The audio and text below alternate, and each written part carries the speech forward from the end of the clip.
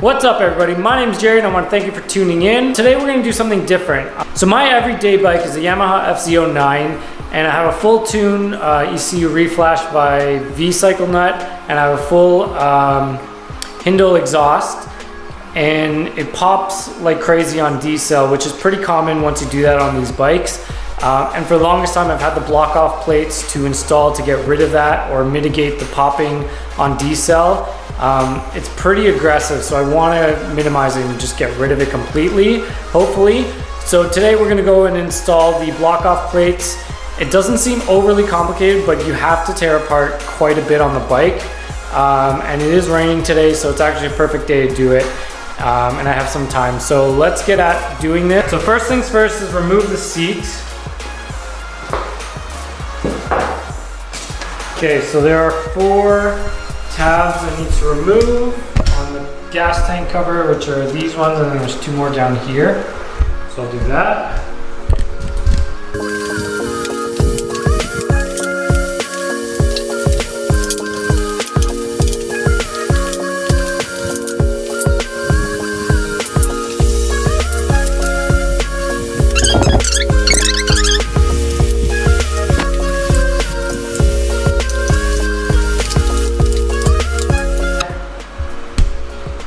Got to do the other side. So next I have to remove the tank. There are a couple bolts here, Allen bolts, and then there's 2 more on the side here.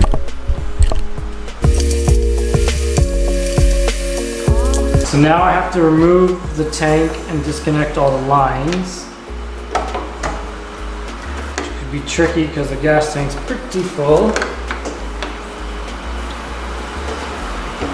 Okay, so the lines are at the back of the tank. In case when I disconnect the lines, if there's any fuel, I want it to soak up rather than spill everywhere. So there are 2 breather hoses you can just take off by hand.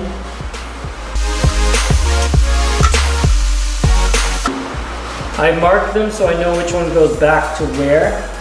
And then there's a clip for sender. So these clips are pretty tricky.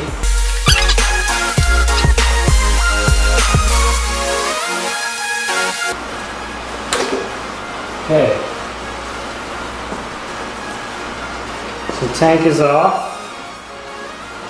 So I'll show you real quick here. So this is so this clip you have to pull down and then you push the 2 blue tabs in and it'll slide off. So there's a little bit of fuel left in there. This thing was pretty easy. You just push the little tab right here and then slide off the connector, and then there's the 2 air hoses here. So I had marked them 1 and 2. So 1 and this one's 2, just so I know which side's which when I hook them back up. So next thing is to unplug the ECU. There are 2 clips right there. So I gotta unplug that and then remove the air box. I have to remove this breather tube right here, which is not gonna go back on when we remove the entire system. They provided a plug that covers this hole that's, I guess, on the box so that that can get eliminated. So these can be tricky. I know that because when I sent off this ECU to get reflashed, this took me a while to take off.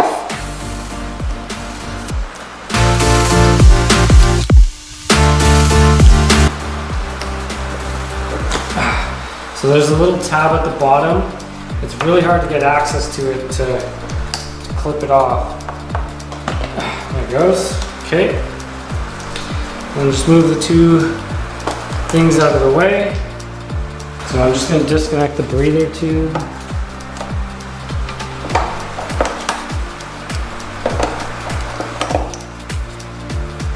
Okay, so I just have to take off the Allen hex bolts there. There's 3 of them.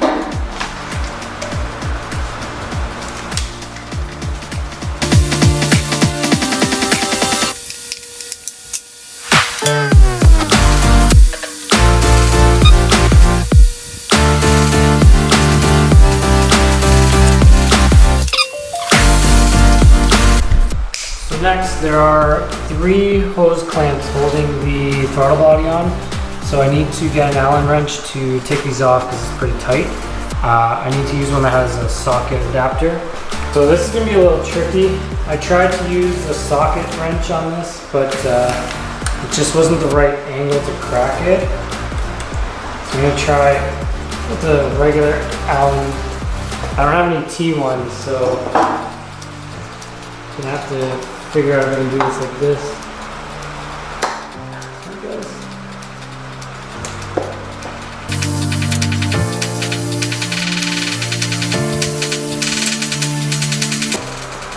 Now I think that'll come off, yep.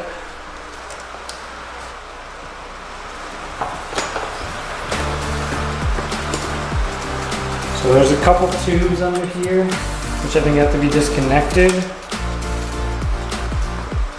Now, the system that we're looking to eliminate is this right here and replace them. So now we want to remove this plug that was in here, which I've disconnected. And we want to take off this assembly. So there are 2 hose clamps you can just use to pinch and slide off the hose.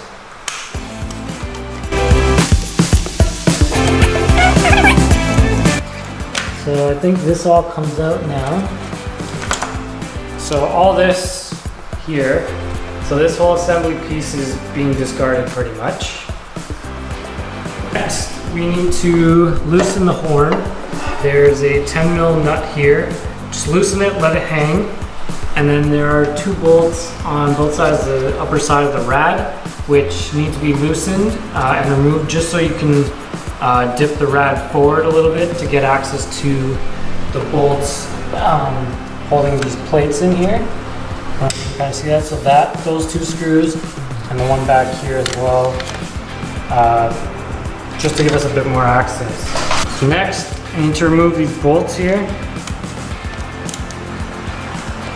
The instructions say to use a wrench because they're on very tight and they have Loctite. And judging by how much strength that took, I would agree with that.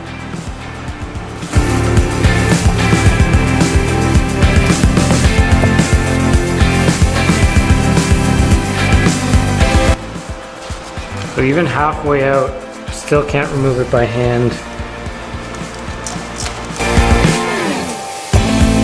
Okay, so that one came off. And this is the first side. So I'm going to install it. It is directional. So there's a cutout here and I can see at the base of this plate where it goes that actually would match how it fits on there. You're supposed to reuse the factory bolts. I'm just going to do that.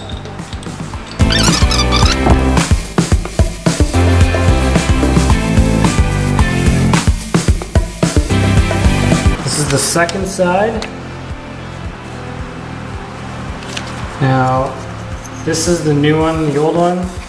This has this cutout, so I'm not 100% sure where that goes. Just going to read the manual quickly. Okay, so it says to put the G, so this is a G for Graves. The top of it go towards the rad, so I'm going to guess it goes that way. It's actually a pretty nice fit. They're really well designed.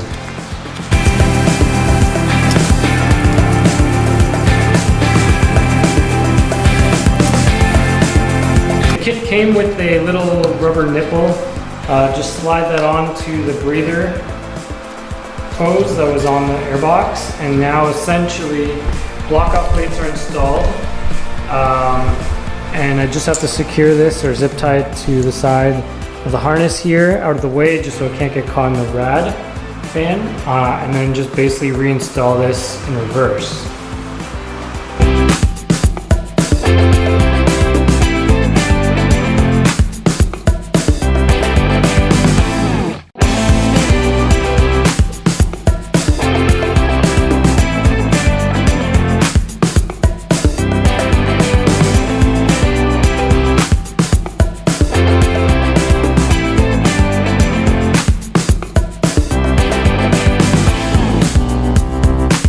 Next is reinstalling the gas tank.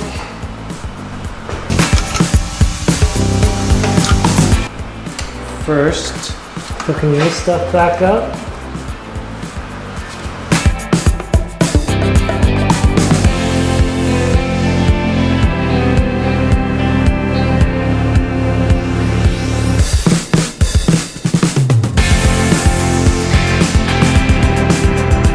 Now I'm just going to put the front scoop piece back on and the seat, and we're good. All in all, that was a pretty straightforward install. It took maybe about an hour.